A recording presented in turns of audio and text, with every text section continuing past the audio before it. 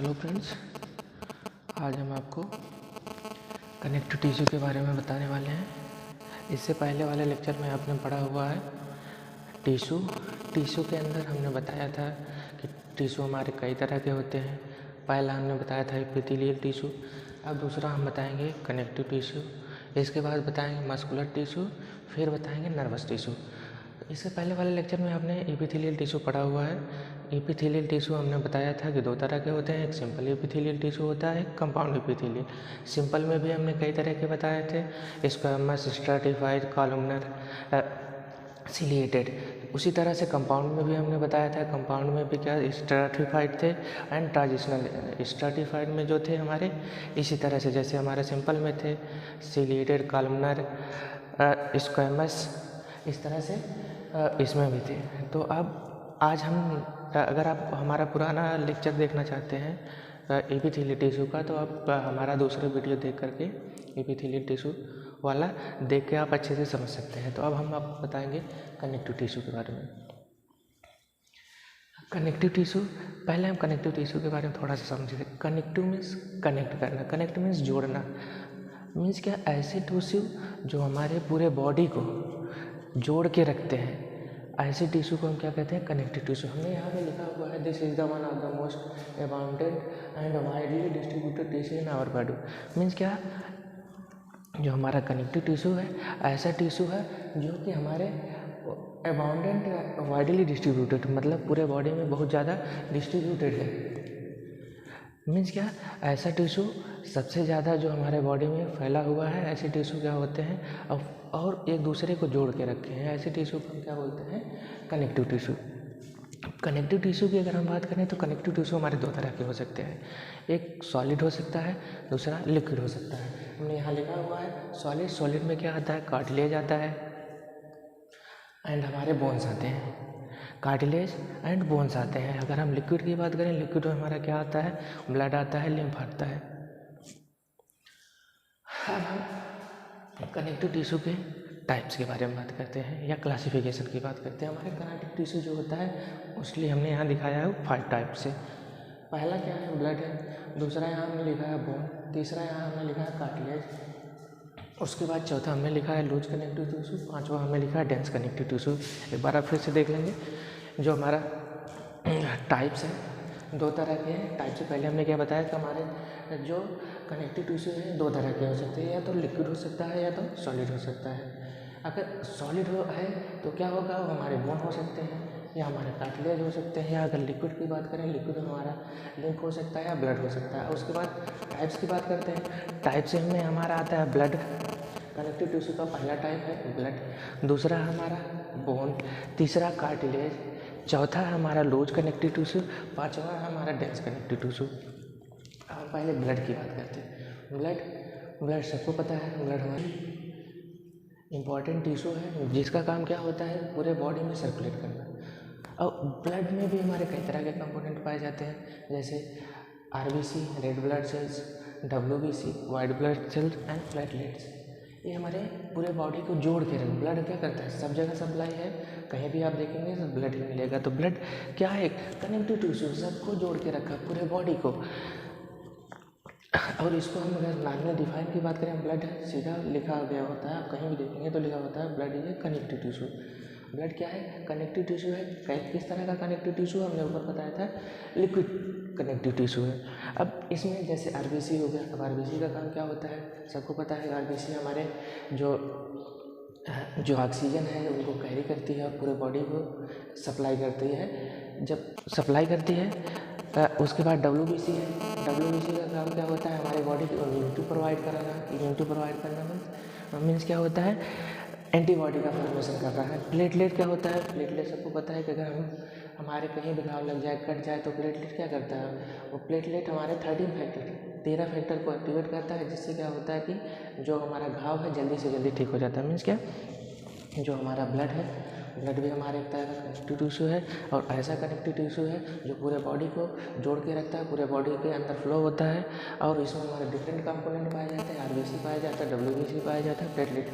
RBC का काम क्या होता है कि हमारे बॉडी में या ब्लड में क्या करना, पूरे बॉडी को ऑक्सीजन प्रोवाइड करना। ऑक्सीजन का प्रोवाइड क्यों करना है कि ऑक्सीजन से ही हमारे एटीपी वगैरह जनरेट होगी एडीपी के साथ बाइंड होकर के। डब्ल्यूबीसी क्या होता है, हमारी इम्यूनिटी को बनाता है। जैसे अगर कोई फॉरेन पार्टिकल हमारे बॉडी के अंदर जाएगा हमारे लिए नुकसानदायक है, उसको क्या करता है, किल कर देता है। उसके बाद प्लेटलेट हमने बताया है, घाव लगने पर वो क्या करता है, घाव को भरने के काम आता है। दूसरा बात करते हैं बोन। बोन क्या है, सबको पता है। बोन हमारा एक क्या है, कैल्शियम एंड फास्फेट का बना हुआ कंपाउंड है, जो कि हमारे बॉडी के एक पर्टिकुलर शेप को देता है। जैसे हमारी बॉडी अगर लंबी है, चौड़ी है, तो इसका क्या काम है कि हमारे एक बॉडी को शेप दिया। शेप फ्रेम बोल सकते हैं। जैसे किसी चीज़ का हम फ्रेम बनाते हैं, किसी टेबल का हुआ, चेयर का एक फ्रेम होता है, या किसी फैन का एक फ्रेम होता है, तो उसका क्या करता है, फ्रेम बनाता है। फ्रेम में से एक स्ट्रक्चर देता है, एक शेप देता है। ऐसे टिश्यू हमारे होते हैं, उसको हम क्या बोलते हैं, बोन। बोन हमने यहाँ लिखा है, bone are the main part of the skeletal system. Skeletal system भी आपने पढ़ा है इसके पहले वाले लेक्चर में, जिसमें आप देखा है कि आपके बॉडी में 236 हड्डियाँ होती हैं, जिसमें एक्सियल 80 होते हैं, एपिंडिकुलर 126 होती है। उसके बाद ये क्या है, इट प्रोवाइड सपोर्ट है ऑफ द टिश्यू। ये हमारे टिश्यू को क्या करता है, सपोर्ट प्रोवाइड करता है। उसके बाद यहाँ है, it is composed of calcium and phosphate, या कैल्शियम और फास्फेट का बना हुआ होता है। उसके बाद हम बात करते हैं कार्टिलेज का। कार्टिलेज क्या होता है, cartilage consist of the dense network. हमने यहाँ लिखा हुआ है कार्टिलेज के बारे में। कार्टिलेज क्या होता है, cartilage consist of A dense network of collagen fibre and elastic fibre. Cartilage क्या होता है कि हमारा कार्टिलेज इसका बना होता है, collagen fibre and dense fibre. Fibre क्या होते हैं, फाइबर से हमारे जितने भी कार्टिलेज हैं मोस्टली उनमें क्या पाया जाता है, कार्टिलेज में हमारे फाइबर्स पाए जाते हैं। अब आगे हम बताएंगे फाइबर्स किस तरह से होते हैं। मीन्स क्या, ऐसा नेटवर्क जिसमें क्या हो, आपके कोलेजन फाइबर हो, हमने यहाँ लिखा हो collagen fibre and elastic fibre. जहाँ पे collagen fibre and elastic fibre के नेटवर्क मीन्स क्या होता है कि जाल बिछे हो, दोनों फाइबर क्या हो, एक दूसरे के साथ जुड़े हुए, जाल में फैले हुए, ऐसे कार्टिलेज को हम क्या बोलते हैं, ऐसे नेटवर्क को हम क्या बोलते हैं, कार्टिलेज बोलते हैं। मीन्स क्या, अगर हमारा हमने लिखा सीधा से, cartilage consist of dense network. Cartilage क्या होता है, एक डेंस नेटवर्क में, डेंस मीन्स सकरा हुआ, मतलब पास नेटवर्क होते हैं, जिसमें दो चीज़ होते हैं, तो कोलेजन फाइबर होगा, दूसरा हमने लिखा है इलास्टिक फाइबर होंगे। तो ऐसे फाइबर जो दो फाइबर इलास्टिक फाइबर है, कोलेजन फाइबर एक साथ मिलकर डेंस नेटवर्क बना रहे हैं, तो ऐसे नेटवर्क को हम क्या बोल रहे हैं, कार्टिलेज बोल रहे हैं। अब कार्टिलेज की अगर हम बात करें तो हमारा कार्टिलेज क्या होता है, 3 तरह के होते हैं, हमने यहाँ दिखाया हो। पहला आपने देखा हाईलाइन कार्टिलेज, दूसरा आपने दिख रहे हैं फाइब्रो कार्टिलेज, तीसरा आपका इलास्टिक कार्टिलेज। मीन्स क्या, कार्टिलेज क्या होता है, एक डेंस नेटवर्क होता है, ऐसी जाल होती है जिसमें फाइबर भी पाए जाते हैं, कोलेजन फाइबर है, इलास्टिक फाइबर, दोनों क्वालिटी होती है। कोलेजन फाइबर रहने का क्या मतलब है कि ये लचीला इसमें होता है, लचीलापन आता है, इसलिए कोलेजन फाइबर है, इलास्टिक फाइबर दोनों मिलकर इसमें लचीलापन लाते हैं, जिससे ब्रेक डाउन जल्दी नहीं होता, टूटता नहीं है। अब हम पहली बात करते हैं हाईलाइन कार्टिलेज। अब नॉर्मली अगर हम बात करते हैं हाईलाइन कार्टिलेज क्या होते हैं, ऐसे कार्टिलेज होते हैं जिसमें लचीलापन होता है। मीन्स क्या, ये कार्टिलेज हमने पढ़ा ना, इलास्टिक कार्टिलेज है, हमारे कोलेजन फाइबर से बने हुए कार्टिलेज होते हैं। तो cartilage elastic and collagen fibre से बना हुआ एक फाइबर है जो हमारे कार्टिलेज में पाया जाता है। अब पहले हाईलाइन कार्टिलेज की बात कर रहे हैं। हाईलाइन कार्टिलेज कैसे, जैसे हमने एग्जांपल दिया है, रिब्स दिया है, लैरिंग्स दिया, ट्रैकिया दिया है, ये ऐसे कार्टिलेज है जो क्या करेंगे, अगर दब जाएंगे तो उसमें कोई ब्रेक डाउन नहीं होगा। जैसे हमारा रिब्स है, उसको भी आप थोड़ा बहुत दबाएंगे तो प्रेस हो सकता है, टूटेगा नहीं। तो ऐसे कार्टिलेज आपको क्या कह जाएंगे, हाईलाइन कार्टिलेज कहेंगे। दूसरा हमारा था फाइब्रो कार्टिलेज। फाइब्रो कार्टिलेज क्या करता है, हमारे स्ट्रक्चर को प्रोवाइड करवाता है। फिलहाल तो स्ट्रक्चर सब प्रोवाइड कराते हैं, लेकिन जो हमारा फाइब्रो कार्टिलेज है, ये स्ट्रक्चर एंड सपोर्ट दोनों चीज़ प्रोवाइड करवाता है, जो एक हमारे बॉडी के स्पेशल पार्ट में पाया जाता है, जिसको हम क्या बोलते हैं, इंटरवर्टिब्रल डिस्क।